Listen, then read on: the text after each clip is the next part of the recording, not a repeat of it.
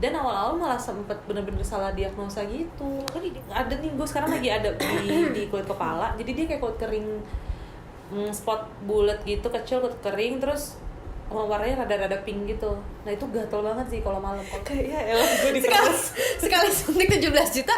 Ya mohon maaf, ya makin jadi itu di kepala gue makin keluar. Jatuhnya ada ketombe juga, ada ini juga.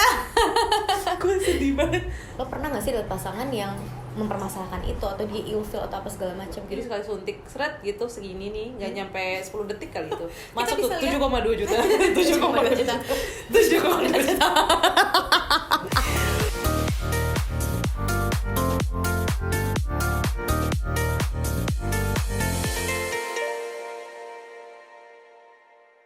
Hai guys, welcome back to SOS Story of Storia. Bintang tamu kita hari ini yang belum lama ini habis viral banget nih. Gue kayak mau minta maaf secara ini, untuk minta maaf untuk publik. Biasanya kalau habis masalah kan minta maaf kan, kayak artis-artis ini minta maaf karena sebenarnya nggak segitunya. Gue langsung di interview radio, langsung di buset sih. Kalian nggak bisa ceritain nggak? Jadi sebenarnya aku nih mau promo lagu. Cantika. Nama penonton lo apa sih? Aduh, ini lagi pertanyaannya Oh, kita. belum ada ya? Kita cari pasukan SOS, sobat SOS. Belum. Bro, SOS belum ada lagi. Tik, coba lo ada ide nggak? Lo kan Jangan deh, jangan. siapa tahu bisa viral kalau yang sebut. Jangan. Cantika. Oke. Yes. Cantika. Gue pengen ketawa nih kalau ngobrol sama dia. Ini tuh sebenarnya ini random banget sih Tik ya. Kita kenalan jadi ngobrol banget itu mungkin Baru tahun lalu cuy. tahun lalu kayak Gue inget 2019, banget nah, karena coba itu pas pandemi. Gue lagi Pandemi di ya? Bali. Terus oke cerita gimana? Kan di Jakarta kan. Iya, masa gue di Jogja. Terus kita deketnya dan bisa kayak tiba-tiba teleponan sampai berapa jam tuh. Gitu kan. Karena ada satu hal lah yang beririsan di antara kita berdua. Iya, Terus Enzi gitu. kayak, ini maksudnya apa ya, ngirim ke gue, tiba-tiba teleponan lama banget. Tapi itu Iya. baru tahun lalu banget. Itu tahun lalu banget. Jadi kalau kita tarik lagi ke belakang Belakangnya sebelum lagi. itu kayak kita pertama kali ketemu itu berarti tandanya di Tonight Show. Iya Kan? dia Pertama kali promo ketemu tuh di Tonight pasti. Show. Ya, Cantika lagi promo singlenya dia. Kayak lo duet sama seseorang cowok Bukan rapper atau Rai, bukan bukan sebelumnya Rai. lagi. Sebelumnya Oh, lagi. Adrian Halim. Oh, itu pertama kita ketemu itu ya? kayak bukan pertama kali sih, maksudnya tapi kayak itu yang lumayan kayak lo lagi keriting gitu kan, lagi apa sih? Bukan Iya, keriting, iya. lo lagi Pendek gimbal. rambut gue enggak. Gimbal tuh gue Gimbal enggak, cuy. Gimbal itu promo yang single gue sendiri. Tapi sebelumnya itu gue yang sama Adrian dulu. Sebelum ada rambut lo gimana? Ke gue liat emang Pendek. kita hari ini mau bahas tentang Rambut. evolusi rambut lo ya. Gak penting. Pokoknya kita kenalan tuh cuman kayak ya gue tahu Cantika, dia promo GAC, dia promo single dia di Tonight Show, ya sekedar cuman kayak host dan bintang tamu, ya udah ngobrol gitu Iya, aja. iya. Tapi gue adore sama Cantika. Jijik banget, lu tau gak sih kalau misalkan udah temenan banget tuh kayak kalau gue bilang kayak lo keren tuh kayak geli gitu. Malah Zil, aneh. kenapa lagi sakit ya? kayak nggak gini deh lo biasanya gitu.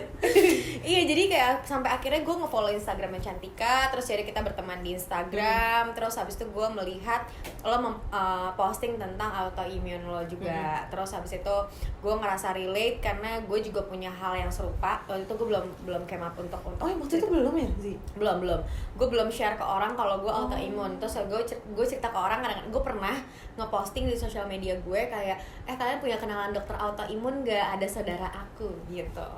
Gue nggak pernah share itu, Padahal lo udah berapa tahun? tahun ini ke 11. Gue kayak 2000. enggak 12 bahkan. Gue tuh 2008. didiagnos kalau gue Autoimun. sakit itu umur gue 17 tahun. Which is tahun ini gue udah 29, jadi udah 12 tahun berdamai dengan penyakit gue itu. Ya jadi pokoknya intinya gue inget banget Cantika sempat ngeposting tentang autoimun. Terus lo jenis autoimunnya apa, Tik? Gue psoriasis. Ya itu yang selalu nggak bisa banget gue sebutin, psoriasis. Iya bisa. Pokoknya kayak tulisan biasanya PSO RI asis. Ya itu ya.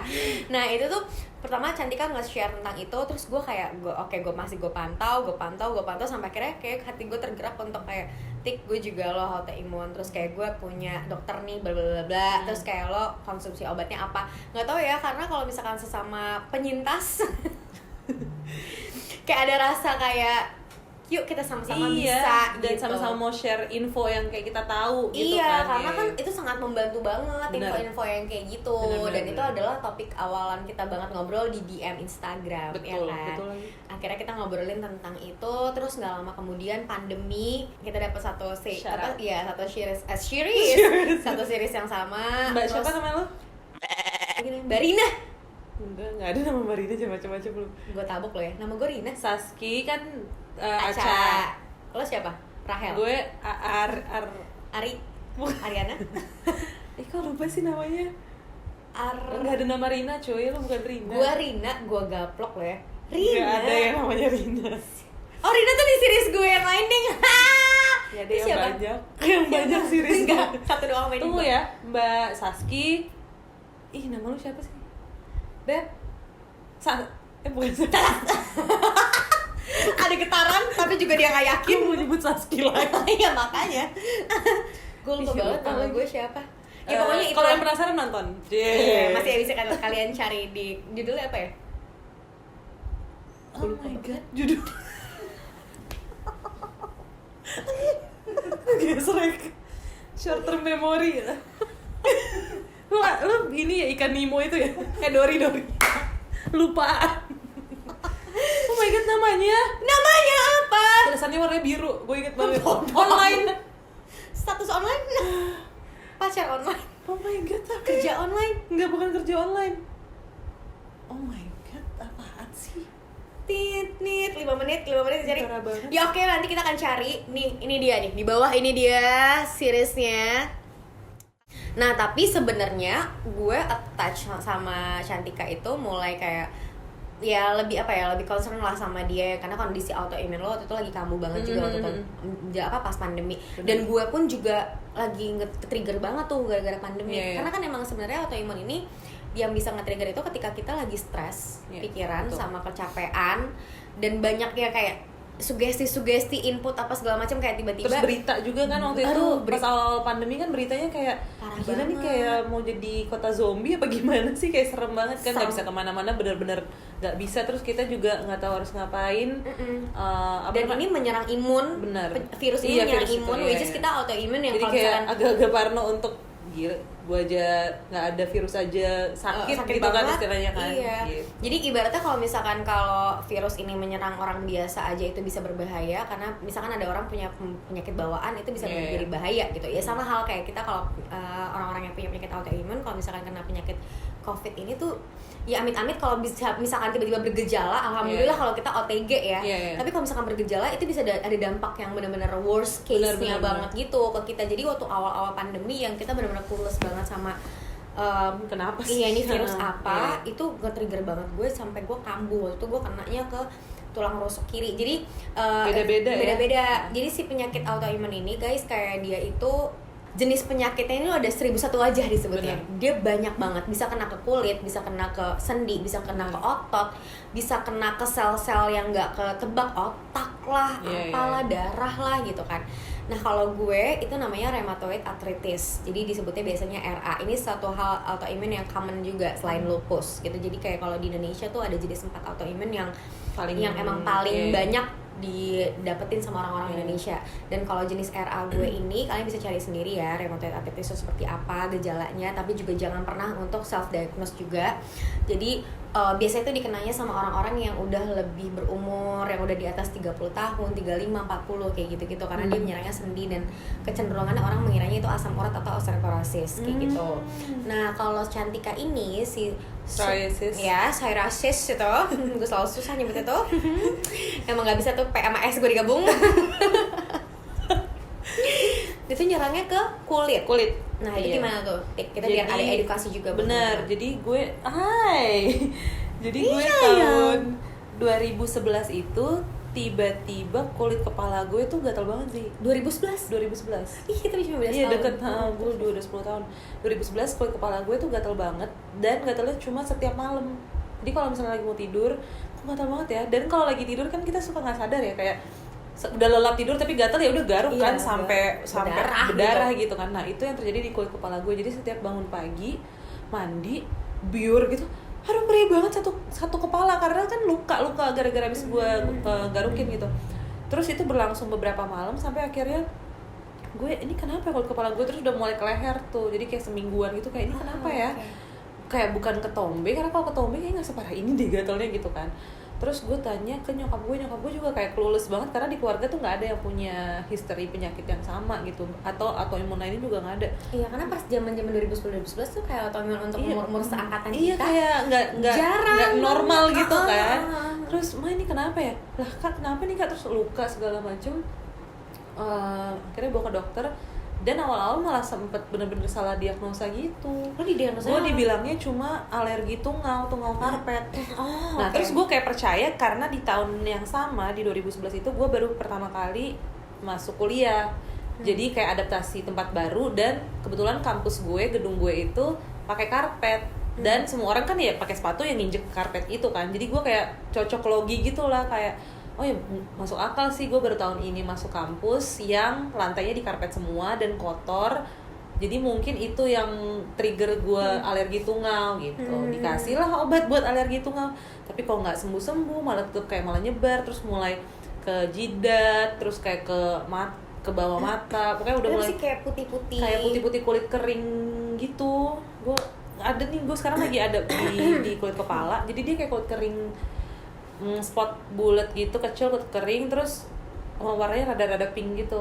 Nah itu gatel banget sih kalau malam. Kalau gue kalau malam. Lo cuma malam doang. Malam doang dan kalau dingin itu gatel. Jadi setiap tidur pasti kan. Iya. Kan kondisinya pasti malam dan dingin kan kalau tidur. Nah itu iya. pasti selalu gatel. Jadi udah mulai muncul ke daerah bawah mata, terus hidung, pokoknya di muka. Udah habis itu nyebar ke tangan, ke badan, ke kaki. Tiba-tiba satu badan lo Satu merasa badan semuanya ini kok banyak kayak ada tanda-tanda ini tanda nih, si bulat-bulat si ini, kulit kering itu, kering dan jadinya luka kan. Terus akhirnya gue ganti dokter sampai dokter ketiga. Jadi baru dokter kulit dulu dong awalnya. Dokter kulit, iya, cuma yang dua pertama tuh kayak yang pertama dibilang alergi tungau, yang kedua tuh apa tapi belum didiagnosa psoriasis lah. Sampai dokter ketiga baru, loh ini kamu kena psoriasis. Apa tuh, bener-bener gue nggak pernah dengar sebelumnya. Terus dia jelasin lah ini salah satu penyakit autoimun, gini-gini segala macam, belum ada obat yang bisa menyembuhkan kalau secara medis gitu-gitu. Tahu kan dokter kulit langsung menjabarkan fakta-fakta pahitnya tuh di depan gitu. Jadi gue kayak di situ down banget sih, walaupun udah dikasih obat segala macam, tapi tetap aja jadi beban pikiran kan, gila ini beneran nggak bisa sembuh. Terus dibilang ada beberapa yang bisa turun ke anak, terus gitu-gitulah pokoknya efeknya tuh bisa jadi genetik ya. Iya benar, dan efeknya bisa nyebar jadi penyakit lain yang jauh lebih kronis lagi gitu. Udah deh, itu dari situ walaupun tetap minum obat, tapi karena baru pertama kali menyesuaikan hidup dengan penyakit ini, jadi tetap stresnya tetap besar banget kan. Jadi obatnya kayak antara ampuh nggak ampuh gitu loh. Karena obatnya tuh sebenarnya cuma buat anti inflamasi aja kan. Tuh udah capek banget guys sumpah. Bener-bener nggak bisa sembuhin. Iya, kayak obat yang dikasih sama dokter itu bukan obat yang bisa lo minum selama 1 tahun atau 2 tahun abis itu penyakit ini akan hilang. Bebas. Obat ini cuma buat meredakan rasa nyeri, rasa sakit, gatel, dan biar dia nggak flare up. Ada si yang tadi bulat-bulat putih itu biar hilang gitu kan. Tapi jadi masih ada di badan kita, kayak hari ini hilang, minggu depan bisa muncul lagi gitu kan. Dan itu kan kenanya ke mental ya jadinya, kayak lo gimana caranya bisa menerima penyakit ini ada di badan lo seumur hidup dan akan ada terus, dan bahkan bisa menurunkan ke anak-anak lo yang lo sebenarnya tahu banget rasanya nggak enak. Terus kayak nggak mau gitu mau. kan, jangan ini dong. juga sedih, kayak gue ngebayangin kayak aduh anak gue ngalamin hal serupa gitu. Kalau gue kan lebih ke ngilu-ngilu satu badan, inflamasi satu badan, jadi kayak badan gue akan kaku gitu. The worst case of rheumatoid arthritis adalah gue lumpuh gitu. Jadi kayak gue mungkin kalau lupus emang itu udah paling topnya ya. Itu kalau lupus tuh paling topnya ada, dan kayak ketika gue tahu gue autoimun, terus habis itu gue dapat pembelajaran banyak gitu dari si dokter gue. Akhirnya gue itu juga, kita proses nyari dokter apa nemu yang pas juga lama banget ya. Gue sekarang baru nemu dokter yang pas gitu. Thank you Profesor Iris. Kayak dia si profesor ini akhirnya juga ngomong sama gue kalau misalkan emang gue baru tahu. Jadi tahun lalu itu gue pas gue tes lagi si Anaif itulah segala macam itu, kalau gue juga punya tendensi ke lupus. Males kan lo, gue tahapannya gue pengen ketahuan aja kayak gitu. Terus kayak gue bener-bener down banget. Jadi pas gue lagi itu Januari, jadi pas gue tes semuanya itu lagi tiba-tiba ya sebenarnya belum di angka positif gitu, belum. Jadi kan ada kayak ada table-tablenya gitu, hai teman-teman autoimun apa kita tahu. Jadi ada table-tablenya gitu, dan itu tuh dilakuin 6 bulan sekali kalau gue. Jadi kayak pada saat gue tes itu gue udah hampir banget positif lupus. Jadi tapi kayak itu masih bisa ada obat atau treatment untuk kayak nahan atau at least kayak ngegeser itu supaya nggak mendekati itu nggak sih? nah itu jadi pas dokter gue ngomong gitu kayak jangan dibawa pikiran dulu, gimana nggak dibawa pikiran gitu Iya, itu loh, kayak pesan-pesan paling nggak mungkin banget. gimana nggak bawa pikiran. Terus gue dikasih vitamin D waktu itu sampai 5.000 sehari ya, which is emang sekarang kalau lagi covid emang kita harus makan vitamin D gitu kan. Terus kayak dia cuman bilang kayak gue harus ya gluten free, terus kayak hindari daging dulu, ini harus kontrol bener-bener kayak diet ya diet sehat, gue harus kurangin fat gue apa segala macam gitu. Terus RA-nya lagi nggak segitunya, tapi malah si yang arah mau ke lupusnya Ya, itu yang yang bikin drop. Dan pada saat itu gue baru sadar, oh ternyata autoimun ini emang gue tuh udah valid banget RA, karena gue udah sampai yang tes DNA yang pakai ludah yang keluar gitu, pakai liur gitu. Karena gue pernah kena ke mata, jadi dokter mata itu bisa kena sendi apapun. Jadi ke mata tuh maksudnya jadi kenapa mata lo? Jadi 2014 apa ya 2013an gitu gue sempat sakit mata. Tiba-tiba gue sakit mata kanan gue itu tidak bisa berfungsi. Jadi tiba-tiba gimana nggak berfungsi gimana? Jadi gini, tiba-tiba bangun tidur mata lo tuh berair kayak orang sakit mata, berair terus bengkak. Gue nggak bisa buka mata gue tuh udah benar-benar ketutup gitu loh, bengkak gitu, ketutup semuanya. Satu kanan doang. Tapi gue masih bisa buka dikit-dikit tuh. Dan gue kan selalu nyetir kan, gue nggak punya driver juga. Terus kayak gue selalu nyetir, terus kayak kok gue ngeliat mata tuh blur kayak pandangan tuh blur gitu, karena dia berair terus habis itu kayak perih banget, sakit banget. Dan itu kalau misalkan gue lagi kayak gitu, symptoms gue adalah kayak badan gue tuh kan meriang kayak orang DBD. Jadi kayak orang yang kayak kalau malam tuh badan gue panas tinggi, terus pagi-pagi gue akan kaku badannya satu badan gitu selama 1 jam. Nah terus gue yang kayak gue kira itu seminggu sebelumnya tuh gue habis berenang, gue minjem kacamata renang teman gue pikir gue infeksi atau apa, karena kan sebelumnya gue 2010 itu kan kenanya ke kaki sama tangan sama punggung gitu kan, which is itu yang common banget. Jadi lu nggak nyangka mata tuh adalah bagian dari si RA ini? Iya gitu kan? Terus sampai akhirnya gue ke dokter mata di daerah Menteng yang which is sama terkenal gitu. Terus dia tuh bingung karena ternyata penglihatan gue itu cuma 40% yang sebelah kanan dan udah radang banget. Dia bilang lah, kok kamu bisa mata kanannya radang inflamasinya segininya ya, dia gitu. Dia nyuruh gue ke rumah sakit Cipto. Dia ngasih gue suggestion dokter lain lah. Terus akhirnya gue inget dia ngomongin radang, gue inget kalau gue tuh radang sendi gitu. Karena itu kan terakhir gue sakit itu 2012, abis itu gue udah bisa jalan.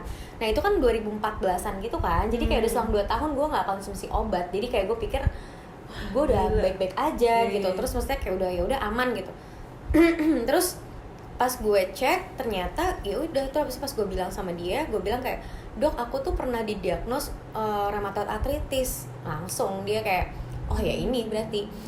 Terus kok gue bingung, gue masih gak nyambung kok ke mata gitu. Iya kan? Gue bingung kayak kok bisa ke mata gitu, karena waktu itu nggak kena ke mata gitu. Terus kata dia, Enzi saya mau kasih tahu ke kamu, mungkin ini dokter kamu belum ngasih tahu pada saat itu, kayak kalau radang sendi ini bisa kena kemana aja, bahkan ke alat vital, dia bilang gitu. Nah itu gue ngedropnya setengah mati karena di saat gue lagi sakit banget mata gue nggak bisa ngeliat. Terus gue takut banget kalau misalkan tiba-tiba itu kena ke jantung, ya gue bisa meninggal kapan aja. Kayak kalau misalkan kena ke paru-paru atau apa alat vital lah gitu. Ini aja mata tuh udah vital banget. Gue selama hampir sebulan setengah nggak bisa ngeliat dengan jelas karena gue cuma satu mata doang ditutup gitu, mata gue pakai perban gitu.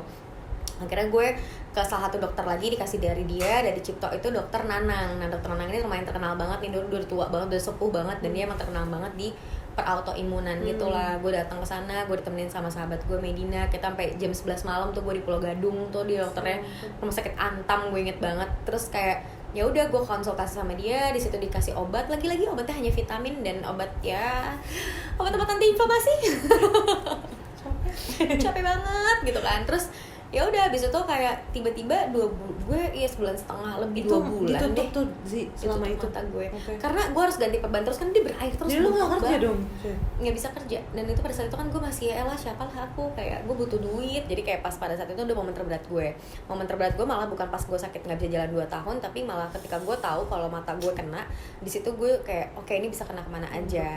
Dan dokter Nanang itu sempat bilang sama gue kalau misalkan itu kan gue umur 25, gue inget banget, kamu udah ada tendensi untuk menikah belum? Kayak sama banget gue juga tanyain kayak begitu lagi. sih, emang kayaknya semua orang kali merasakan ya. Kayak gue ditanya terus gue bilang kayak oh belum sih dok, waktu itu gue udah pacaran kan, terus kayak belum dok, gue bilang gitu. Terus kayak iya soalnya kalau misalkan kamu mau nikah kamu harus ada kayak terapi atau enggak treatment antioksidan apa segala macam yang bisa bikin kamu nanti bisa punya anak dengan mudah gitu. Ya kan? Kayak itu kopi semua dokter ngomongnya sama ya kali iya template gue yang kayak wah itu gue ngedrop banget sebagai perempuan. Gue di situ kayak udah gue baru tahu kalau penyakit gue ini bisa kena kemana aja. Gue baru tahu kalau misalkan gue suka banget anak kecil anyway, jadi kayak gue bener-bener yang kayak gila, gue gak kebayang kalau misalkan gue gak bisa punya anak.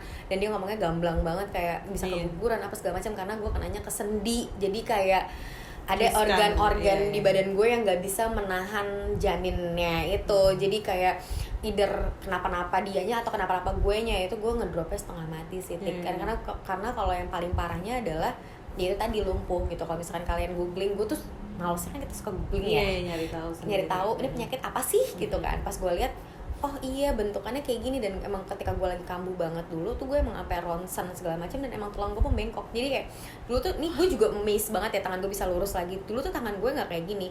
Dulu tuh bagian yang sininya tuh ngebengkok gini guys. Gimana sih bagian yang mana yang sini? Jadi kan gue kena, jadi dia kembar nih kanan kiri gitu.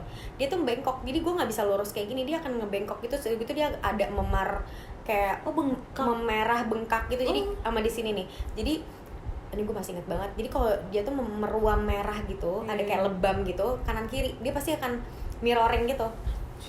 Terus kalau yang di tangan sini tuh dia ngebengkak, itu tuh tipenya kalau gue lagi sakit, misalkan gue lagi kambuh di sini nih atau di sini, yang kalau lo elus itu kayak orang yang keiris, tau gak lo? Iya, yang kayak orang yang kayak kebelet gitu, keiris gitu. Nah itu rasanya kayak gitu. Itu tuh kalau si RA. Nah kalau yang lo itu tuh the worst case dari jenis penyakit lo tuh apa? Pernah dibilang juga akan ganggu ke, gue lupa ya, antara kayak gairah seks atau apa. Pokoknya dia selalu nanya juga kayak kamu udah mau nikah belum gitu-gitu. Karena kalau misalnya kamu mau nikah harus ya mungkin kayak semacam lo gitu ya, harus ada terapi atau diobatin tertentu supaya memastikan ya bisa punya anak, atau gairah seks tuh tidak menurun pada saat belum waktunya gitu-gitulah pokoknya. Ya gue selalu bilang sama dokternya, ya ada sih dok keinginan mau nikah atau punya anak, cuma memang belum sekarang gitu. Dia bilang ya nanti hati-hati aja kalau misalnya emang udah mau punya anak, coba ke saya dulu konsultasi segala macam gitu. Dan efek dari obat-obat yang gue konsumsi kan juga ternyata jangka panjang. Jadi dulu waktu pas 2011 gue jadi dapet GERD gara-gara penyakit obat itu. Oh iya, baru-baru ini dapet GERD-nya. Enggak, jadi gue emang punya penyakit mah, terus gara-gara gue minum obat itu jadi semakin jadi gue minum obat sehari tuh 12 butir dulu selama 2 tahun. Gue GERD kayak bener-bener asam lambung naik gitu loh, metong kita. Gara-gara itu. Makanya serba salah banget sebenarnya autoimun tuh, kayak mau diobatin tapi obatnya juga ada efek samping yang ganggu juga gitu kan. Nah dulu waktu 2011 gue suka pakai krim-krim gitu untuk nggak gatal aja doang, bukan nyembuhin. Dan ternyata itu kan krimnya steroid tuh. Nah, steroid. Gue baru tahu efeknya tuh tahun ini sih, gara-gara gue ke Bali. Kenapa? Jadi gue selama kemarin pandemi kan jadi mondar-mandir Bali Jakarta kan. Yes. Nah di Bali tuh gue jadi suka, dan otomatis pasti terpapar sinar matahari terus. Nah tiba-tiba tahun ini muncul kayak bulet-bulet apa ya bilangnya, lebih hitam dari kulit asli gue, tapi kayak totol gitu loh. Cuma nggak nyata banget, cuma ya kelihatan gitu kan. Karena lo yang punya badannya, iya, jadi gue sadar kenapa gitu. Paha gue tiba-tiba ada kayak hitam gitu. Terus gue fotoin, tanya ke profesor gue, Prof ini kenapa ya aku ada keluar di kulit kayak gini, nggak sakit, nggak gatel, nggak ada rasa apa-apa, cuma keluar aja gitu.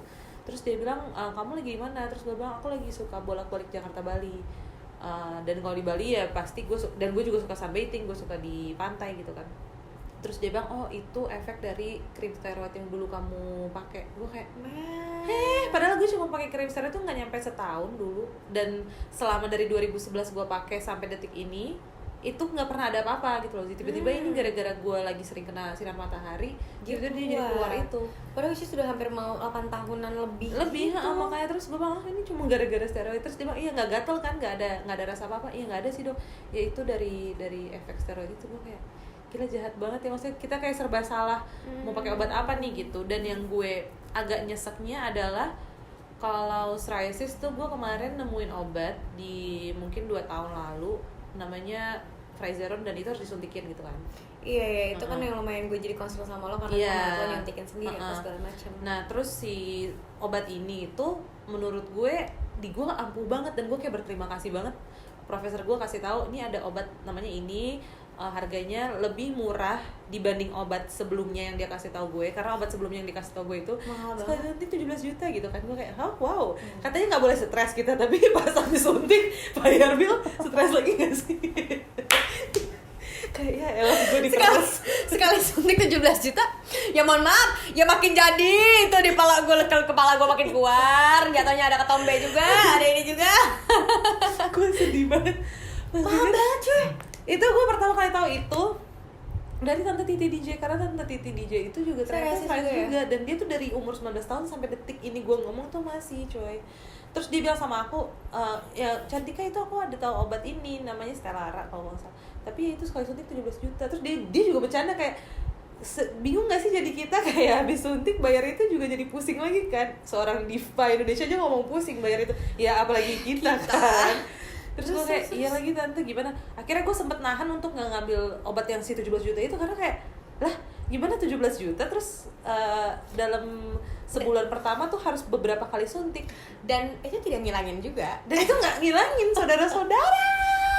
Wah, gila banget. Jadi ada, terus mohon maaf kesel gitu banget ya. Sampai akhirnya si obat yang lebih murah ini adalah, tapi lebih murahnya juga gak murah-murah banget gitu 12 ya. lah. Berapa? Jadi untuk pengambilan suntik pertama itu harus dilakukan, karena gue waktu itu 1 badan ya. Jadi dosis gue tuh 2 vial. 2 vial tuh ya cuma segini lah ya. Segini dikali 2 gitu. 2 vial seminggu sekali. Jadi untuk yang pertama tuh gue harus ngambil totalnya 10 vial kalau gue nggak salah dalam 5 minggu pertama nih. Terus 2 vial. Nah, 1 vial itu 3,6 juta. Jadi 2 vial itu 7,2. Jadi sekali suntik seret gitu segini nih, nggak nyampe 10 detik kali itu. Masuk tuh 7,2 juta. 7,2 juta. 7,2 juta. Masuk ke dalam badanku gitu kan. Hangus nih dua. Nyanyi 10 lagu dalam 5 detik masuk ke bayaran. Habis. Nah, abis itu sorry banget, emang ini tahapannya kita udah ngetawain aja di penyakit ini gitu kan. Daripada sedih-sedih kan. Asli. Nah, terus habis itu gue gak pakai deh, Beb.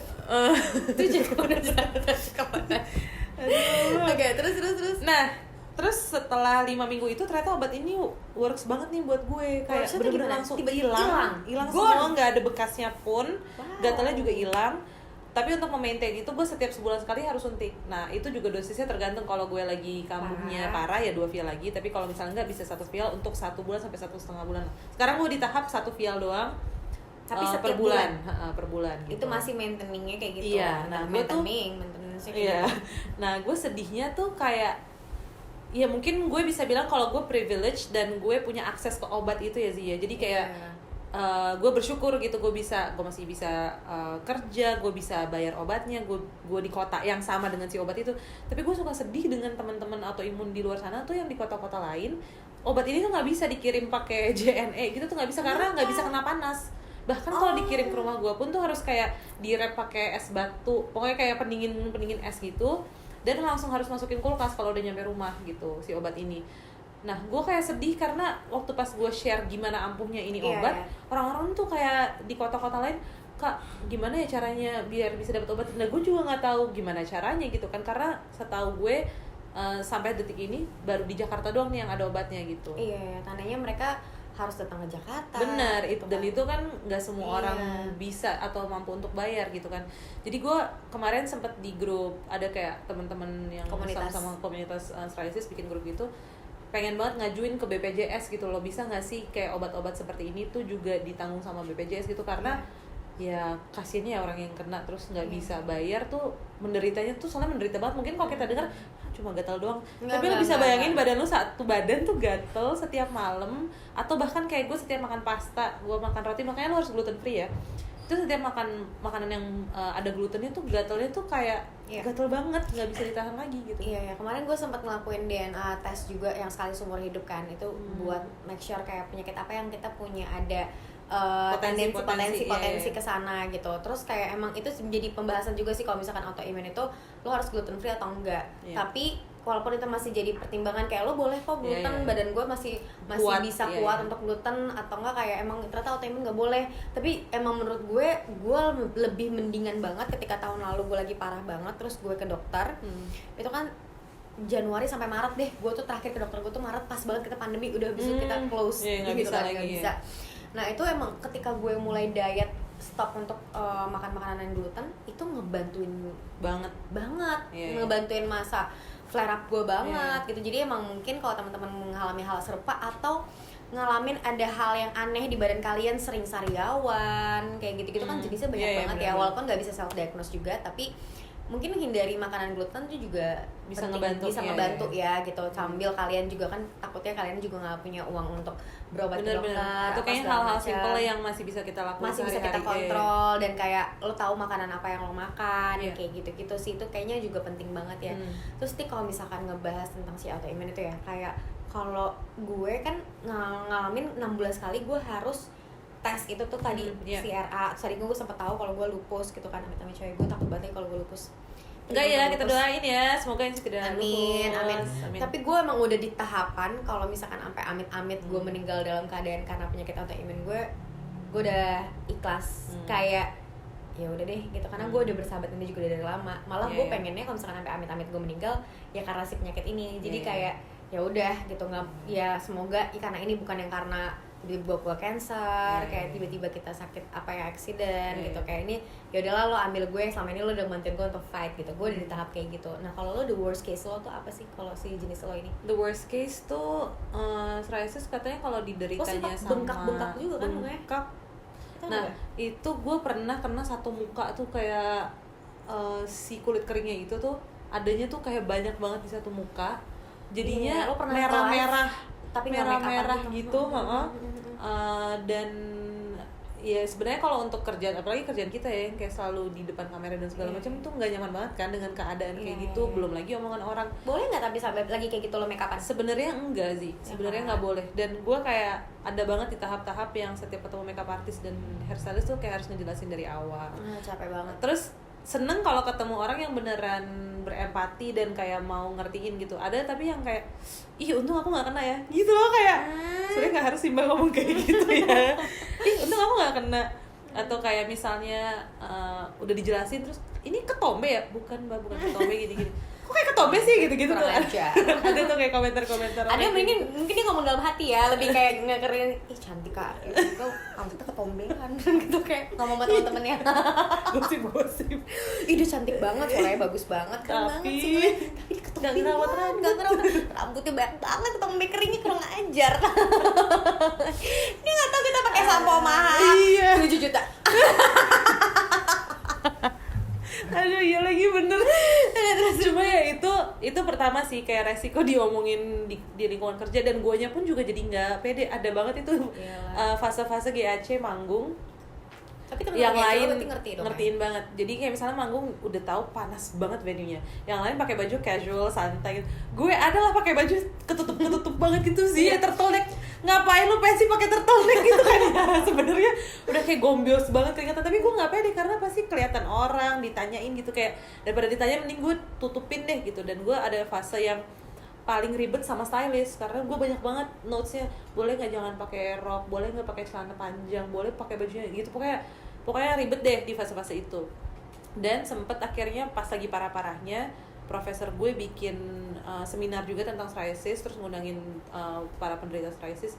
Dia jelasin deh semua di situ, dijabarin. Jadi dia bilang katanya kalau yang kena psoriasis itu masih muda, seumuran gue atau kayak lebih muda lagi, sebenarnya itu kayak justru resiko untuk kena penyakit lain lebih parah tuh lebih besar dibanding kalau udah tua banget, misalnya kayak di atas 40, di atas 50 terus kena psoriasis, itu ya udah istilahnya kayak ya udah cuma kena psoriasis doang gitu. Tapi kalau yang muda-muda tuh bisa jadi macam-macam penyakitnya. Karena waktu itu gue inget banget ada anak umur 10 tahun datang ke seminar itu sama orang tuanya. Anaknya masih kecil banget sih, orang selama profesornya jelasin anaknya masih main game di HP, nggak dengerin gitu. Ibunya kan yang dengerin. Terus waktu pas profesor gue ngejelasin gitu, ibunya nangis, gue gak kuat banget nangisnya karena di meja sebelah gue kan, nangisnya udah sesenggukan banget karena dia kayak nggak tega anak gue harus ngelewatin ini nih gitu kan.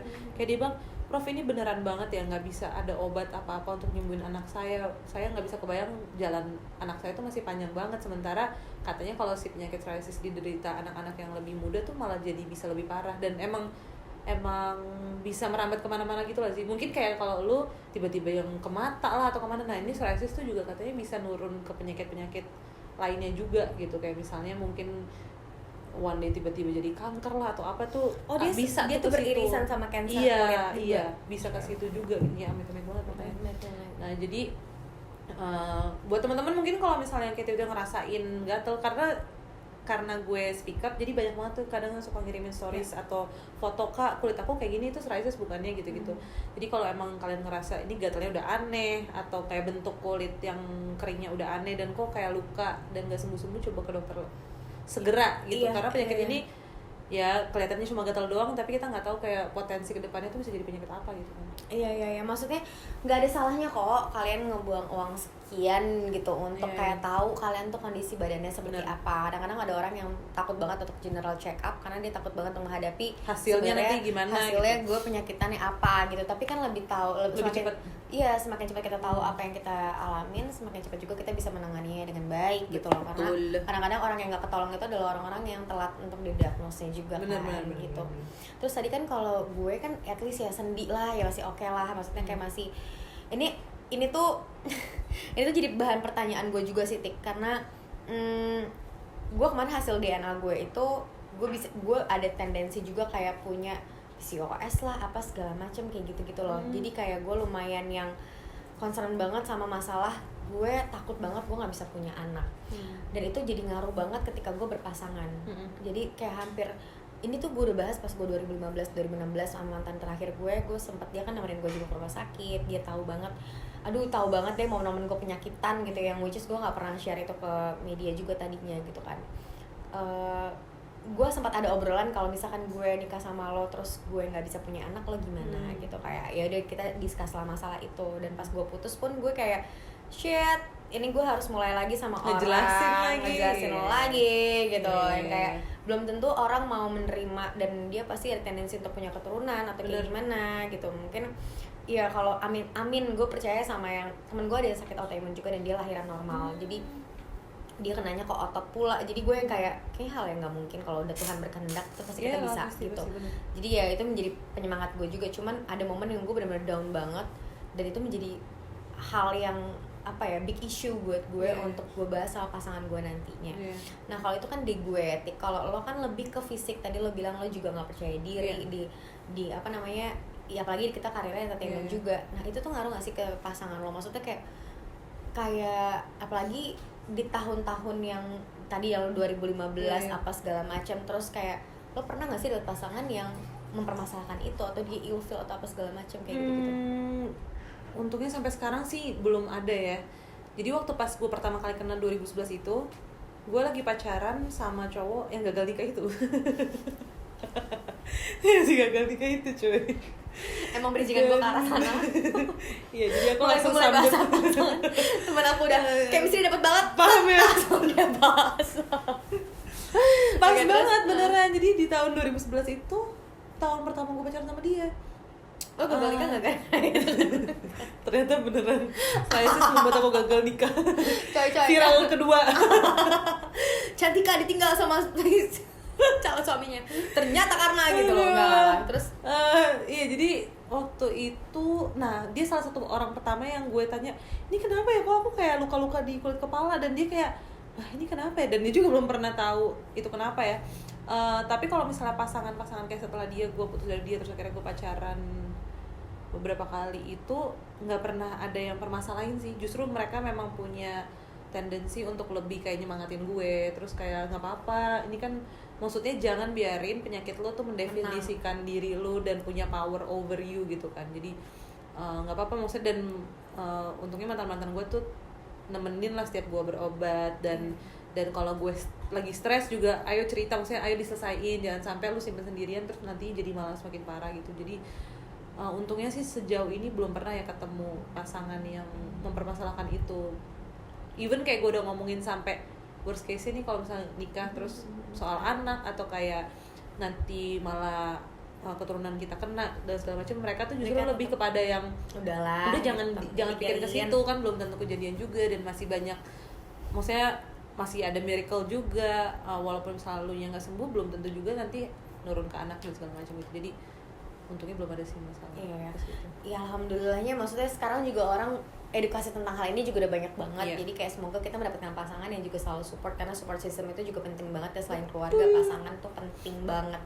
Dan ya udah, kayak kita bersahabat sama penyakit kita berharap semoga teman-teman yang melihat kayak ada kok public figure yang mengalami hal serupa, dan semoga dengan kita open up tentang hal ini, kita sharing tentang hal ini, teman-teman gak ngerasa sendirian gitu. Jadi kayak cari komunitas-komunitas yang mengalami hal yang serupa, terus cari tahu kalau misalkan kalian lagi flare up, lagi parah banget sekarang, jangan putus asa, jangan putus semangat, karena ada banyak banget orang yang udah bisa melalui fase itu. Jadi kalian pun pasti bisa menurut aku.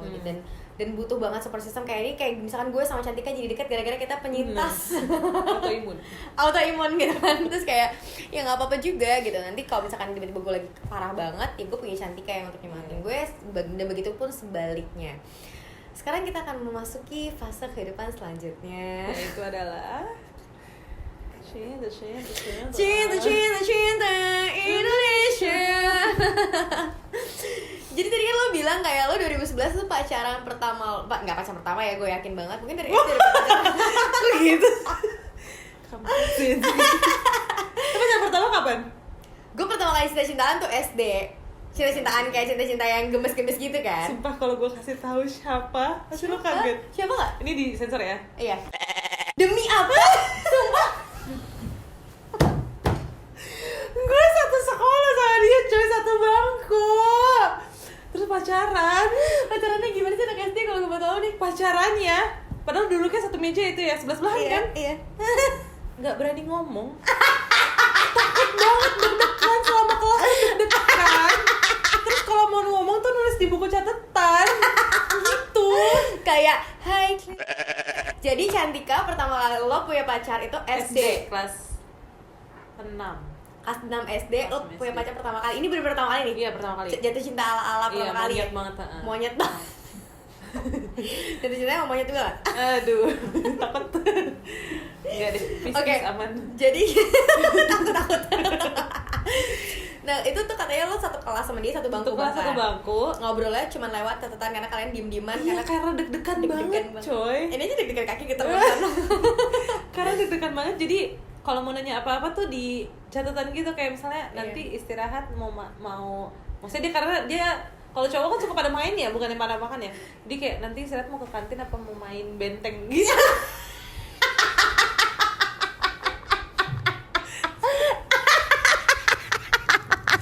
Aduh, gila katerolnya anjir. Kayaknya sekarang kalau anak SD pacaran udah gak segitu ini ya, gak segitu. Anak sekarang kayak nanti kamu mau kantin mau main TikTok. Bener Cuma main benteng. Main Aku banget lagi. Lo main ini gak sih dulu di sekolah lo ada gini gak? Karet. Aku orang kaya, aku orang miskin gak? Soalnya emang gue anak kampung aja, anak SD. Daerah mana sih lo SD-nya? Lo beneran main. Terus itu apa? Golnya? Kita gandengan tangan kayak kita orang kaya, kami orang miskin. Kalian ngalamin nggak? Terus endingnya apa? Endingnya apa sih? Gak ada, emang cuman kayak apa lo gitu. Gak jelas. Terus Beb. Apa nih ya tadi apa sih? Karet. Enggak. Pacaran. Lagi ngomongin terus itu itu satu hari dia mau ngasih gua anting Frank & Co atau apa gitu, tau gak sih? Kok dari kecil udah fancy banget emang kan, dari kecil kan udah anak yang ini kan. Oh, bener-bener kesenjangan sekolah. Aku orang miskin, dia orang kaya. Gimana terus Terus anak kecil dikasih anting. Ya pokoknya mau dikasih anting. prank and call lagi. Terus dia nggak ngasih langsung ke gue, jadi kayak seingat gue kayak kita istirahat. Kasih ke ibu kantin? Enggak dong. Terus dia masukin ke tas gue, kita masuk kelas, terus dia kayak nulis gitu di buku catatan lagi. Tadi aku taruh kotak antingnya di tas kamu gitu. Iya gitu. Gue kayak panik, deg-degan kan, kayak wah gila, rasanya tuh kayak mau tunangan padahal enggak. Padahal anting bukan simbol tunangan. Gue bawa itu pulang, gue ngumpet-ngumpet gak mau kasih tau nyokap gue. Apa sih? Kayak takut ma aku diajak tunangan, kayak gitu loh rasanya. Padahal enggak ada yang ngajak tunangan. Gue takut banget sih, gue masukin ke laci celana dalam gue.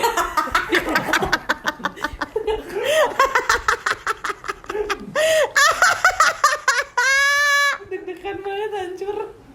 Deg-degan banget, beneran. Aduh ini receh banget, emang makanya kalian tahu kenapa gue bisa sahabatan sama dia, emang ngaco ada orangnya. Ya terus Gue taruh itu di laci ini kan, laci celana dalam. Terus kayak setiap kalau ada acara keluarga atau apa, kan rasanya kayak mau pakai ya, tapi kayak ntar ditanyain kan udah tahu pasti itu antik mahal, kamu dapet dari siapa gitu kan. Jadi gue kayak kapan saatnya yang paling tepat aku pakai anting ini ya Tuhan. Dan pernah nggak dipakai? Akhirnya gue pakai. Pas. Nah itu gue lupa pas apa sih, coba Pas malam terakhir kayak prom night gitu maybe. enggak atau gue lupa banget gue pakai itu Pas udah putus, pas lu pacaran sama pacar selanjutnya. tetep disimpan ya hadiahnya karena tau mahal. Nggak tahu sampai sekarang masih simpen. Dan sempat digadein. Enggak lagi udah nggak tau di mana. Cuma itu terus tapi akhirnya kalau gue nggak salah one day kayak gue cerita deh ke nyokap gue gitu bahwa kayak mom aku pacaran sama itu gitu. Ya, Terus ya tapi nyokap gue tau lah orang masih cinta monyet tuh Iyalah. nggak jelas gitu kan. Udah tapi kayak nggak bertahan lama, udah putus. Itu tapi cinta pertama. kissing pertama kali lo kapan? Sumpah gue nggak inget nih kalau ini. Aduh, Tunggu ya. inget dong anjing emang sebanyak itu. Terlalu muda soalnya. Masih di bawah umur, di bawahnya lagi. Udah bukan pernikahan dini. Ingat lagi. Kapan? Masa SD sih, gila, nakal banget anjir. Tapi mungkin lagi. Anjir gue takut lo kejedot itu. Iya, gue juga takut banget ya. Biasanya gue sampai lompat-lompat kayak gini banget. Aduh nangis. Coba lo create aja bilang SMA gitu. Iya lagi bukan SMA. SMP-nya gue juga SMP soalnya, gue mau cerita. Oh SMP. Yaudah lu cerita lah SMP. Iya udah pertama kali. Oke. Berarti pertama kali lo kissing pertama kali kapan? Gak tau. Lupa lo, sambil lo mikir gue ceritain gue. Iya. Pertama kali gue Ini pacar pertama bukan? Dia pikir gitu, dia paling hebat.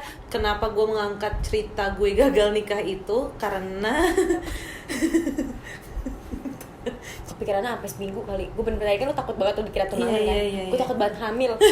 Nora